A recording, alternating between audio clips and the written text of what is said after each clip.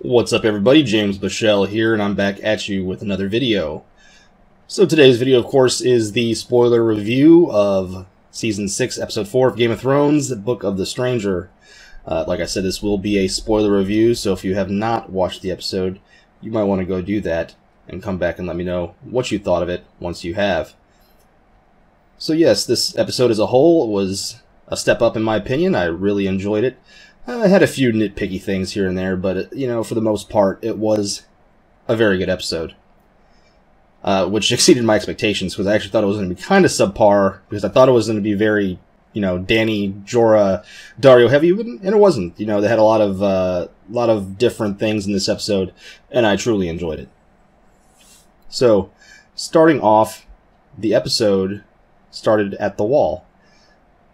And, of course, right off the bat, we just get this great scene between Jon and Sansa, them reuniting. This, of course, you know, it's just a great touching moment. It's something we've all been waiting for. Even though they didn't necessarily have the best of relations, you know, in their prior, when they were back in Winterfell, younger. I like to see the transformation we're seeing from Sansa. She's becoming a lot more mature. She's realizing that that was petty. She owned up to it, and that was great. And another reason why I really enjoyed this scene is that we see Sansa's growth as a character. She tells Jon, you know, she's asking for his help in order to take back the North. She tells Jon, look, I'm going with her without you. And I thought that was great.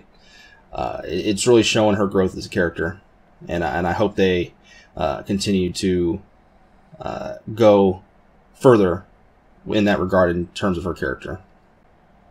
So after the Jon and Sansa scene, we have a scene with Brienne, Mel, and Davos. We finally have Davos asking the, you know, the questions he should have asked earlier about Stannis and Shireen. Before Mel can answer about what happened to Shireen, though, Brienne interjects. The scene is what it is. I didn't really hate it, didn't love it, but, you know, obviously putting my personal feelings aside, being a Stannis fan, Brienne came in and told the truth for the most part. I think it confirms that Stannis is definitely dead, even though we all knew that that was the case. But it is what it is. We will quickly move on to the Vale. So, I personally really enjoyed this scene. We have interaction between Littlefinger, Sweet Robin, and Yohn Royce. And the reason why I enjoyed this scene is because we see Littlefinger back in action for the first time this season, and we see him, you know, having a good plan here where, in my opinion, how I interpreted it, was essentially he was passively, aggressively, essentially putting Yohn Royce in his place, you know, telling him essentially, you're kind of under my thumb, and that was all great. Though I did have an issue, you know, Littlefinger does have a history on the show of, you know, putting these major decisions on the whims of a child. Remember back in Season 4 after he killed Lysa Arryn, he essentially put his life in the hands of Sansa, you know, telling a lie. And then, of course, in this this particular episode, he puts, you know, him trying to put Yohn Royce in his place and putting him in, you know, making him in a subordinate position on the whims of Sweet Robin. If Sweet Robin wanted to kill him, he could have just killed him right there, and I think that kind of would have put a kink in Littlefinger's plan. But it's a little nitpicky thing. I mean, this was a great scene for Littlefinger. I'm glad they put it in there, and it was good to see Littlefinger again. And then, of course, at the end of the scene, we do see Littlefinger and Sweet Robin making the plan to go north and help Sansa take back Winterfell, or at least just save her. So that's good to see. I mean, because, you know, I've been predicting that the Battle of the North, or Battle for Winterfell, will be looking like a Bolton victory until the Knights of the Vale turn the tide, and I think that's going to happen. So next, we go to Meereen, and this was a great scene for me. We get Tyrion actually doing something that wasn't non-fillery. I particularly enjoyed it. I enjoyed the diplomacy he was using, and also the interaction between him, Missandei, and Grey Worm.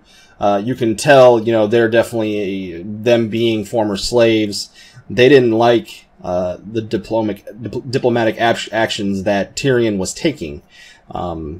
Missandei in particular was giving Tyrion the stink eye the whole time when especially when he said that he was going to give them 7 years to transition away from slavery.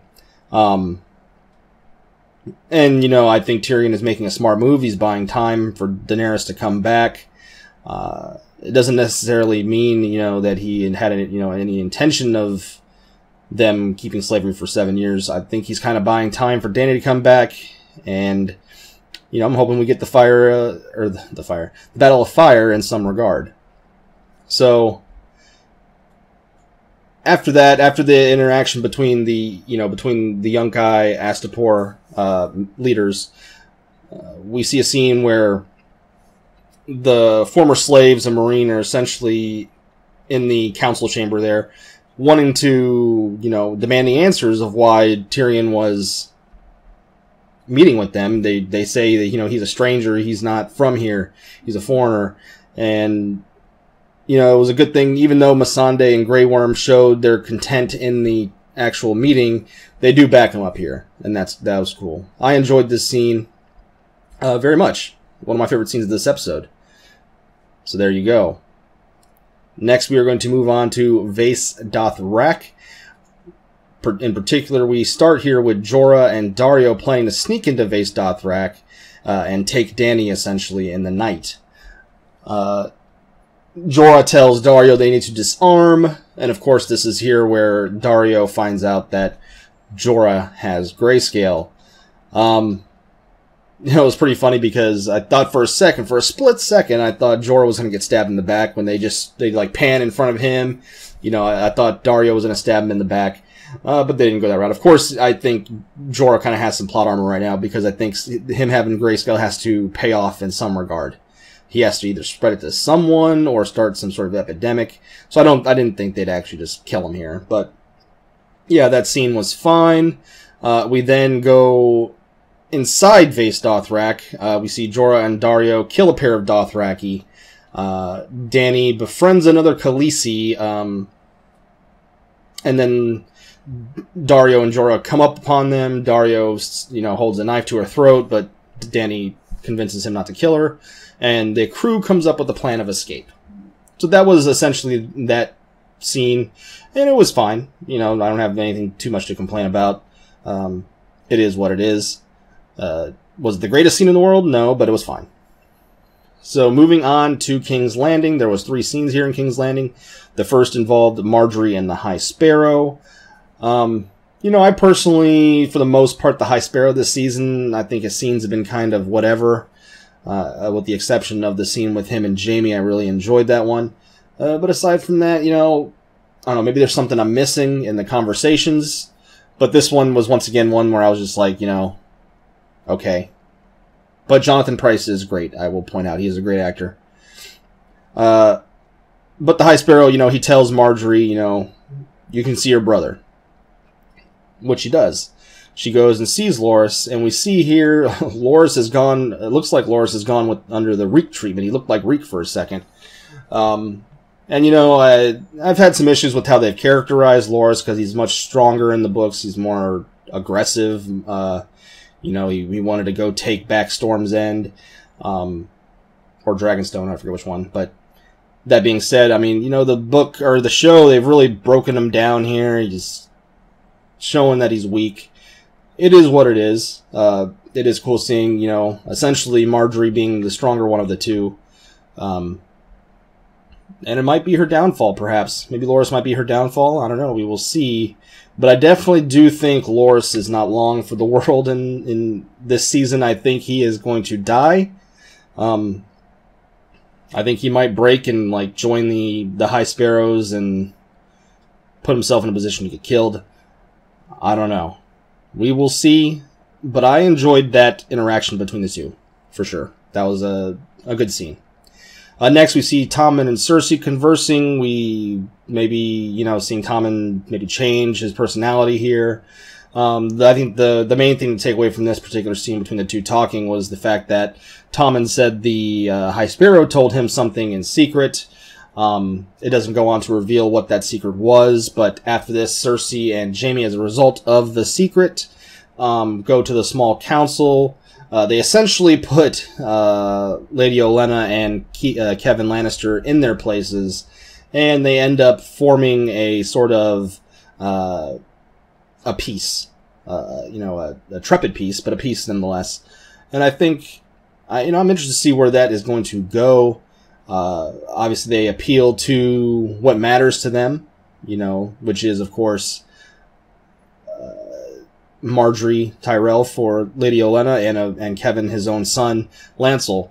They essentially say, do you want your kids back? Essentially is what Cersei and Jaime came in and said. And, I'm interested to see what this secret was. And perhaps, the secret, of course, was actually that they were going to make Marjorie do her Walk of Atonement like Cersei did. It'd be interesting to see if maybe the High Sparrow planted that on purpose to put some things in motion so they make some mistakes. I don't know. It'll be interesting to see what's going to happen from that. Yeah. So King's Landing was fine overall. Next up, we are moving to Pike. And of course, we see Theon sailing back to the Iron Islands. And he has this was one of my favorite scenes in this episode, was the interaction between Theon and Yara. We kind of have this reoccurring theme throughout this episode of reunions. This was one of them, and it was great. We have Yara, hearkening back to the point where they tried to rescue Theon, and he was not having it, and people got killed, and she kind of resents him for that. She dresses him down. You see how much, how changed Theon is. He's no longer full of hubris. He's a broken man.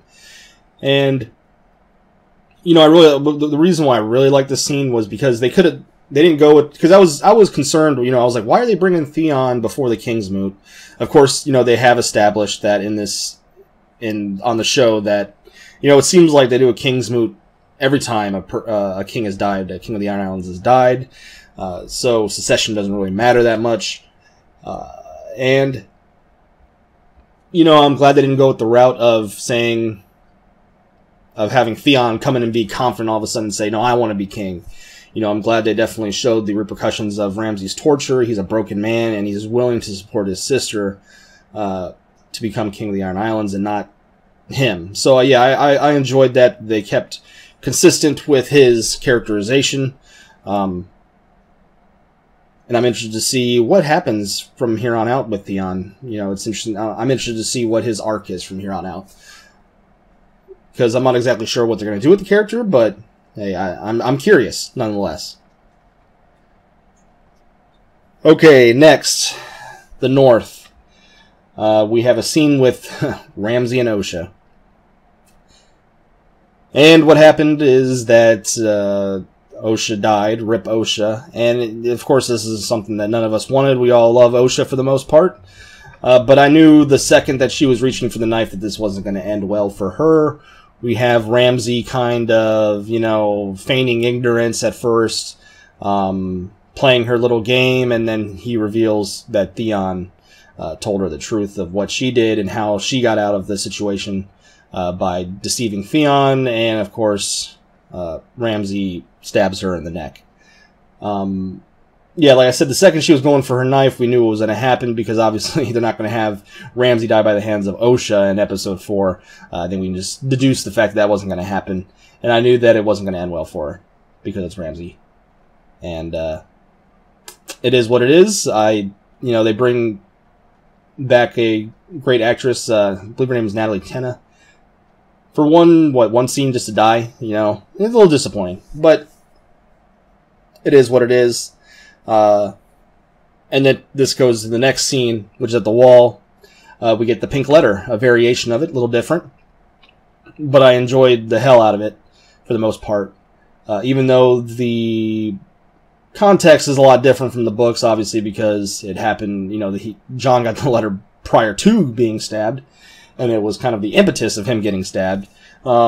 But here we get it as a motivating factor. Essentially the pink letter in the show was used for a motivation factor for Jon to, head down south. Because, of course, in this episode, Jon was having trepidation of heading down south. He was kind of, he said he fought too many he had too many battles. Didn't want to do it. This, of course, was the motivating factor. And it was great. I enjoyed it. And I can't wait. I can't wait for Jon, and they talk about how many numbers that Ramsay has, and there's only 2,000 wildlings. Of course, I believe that they're going to go to the Mormonts here pretty soon, get some forces from them, and maybe they'll even go to some other Northern Lords. But I do think that they will be definitely heading to Winterfell, and we're going to be getting a variation of the Battle of Ice. I can't wait for Jon and Sansa to win the Battle of Ice and give Ramsay what he deserves. And I'm sure everyone agrees with that sentiment. So now we get to the last scene in Vaes Dothrak. I have mixed feelings about this scene, of course. We see essentially the Dothraki, all the men all the calls are huddled there, talking shit on Dany. They bring Dany in front and they're kind of talking shit. And Dany, she's not really having it. She tells him, that essentially, I'm going to be leading the Khalasar, not you guys. And then they get pissed, of course. And she says, well, you all will die. She's like, they're like, why will we follow you? She said, well, you won't be, because essentially I'm going to be roasting your asses here in a second. Which she does. I had some issues at first, and it's real nitpicky. I felt like the whole scene where she knocks down the first brazier and fire instantly spreads throughout the whole place. None of the calls charge at her. I was kind of, I was like, whatever. Maybe I'll suspend my disbelief, but I'm kind of going with the fact that maybe there was the earlier scene when they were coming up with the plan, that she's talking about a plan of escape. I'm hoping maybe the other people like Jorah, Dario, and the Khaleesi that she befriended, maybe they put some pitch in the tent on the ground, some sort of accelerant to spread the fire so fast. I'm going to go with that in my mind, and then I can buy the scene more. But yeah, it is a cool moment seeing Dany sitting there in the fire, in the flame, come out triumphant, and just seeing everyone bow to her. Even though I'm not a Dany fan, I just love that, because they were playing at the same time the Dracarys music, and that music is awesome. It's epic, and we see everyone bowing to her. It is what it is. Was it my favorite scene? No. Perhaps am I being too nitpicky? Maybe, but in the end, it was still a fine moment. I think it's going to be one of those moments that either you loved or you didn't love. I didn't necessarily love it. I'm coming around a little bit more on it. I can separate, and it has nothing to do with the fact that, in the books she might not be fireproof. I can separate the book and the show. To me, it's just the whole inside the tent. It seemed kind of cheesy to me. But like I said, I just might be nitpicking. I digress. I can't complain too much because the episode as a whole was great. I give this, when it comes to a rating, I'm going to give this episode 8, maybe 8.25 out of 10. I enjoyed it, and I hope you guys enjoyed it too. So if you like this review, hit the like button, share it on social media, and subscribe. Until next time, guys, adios.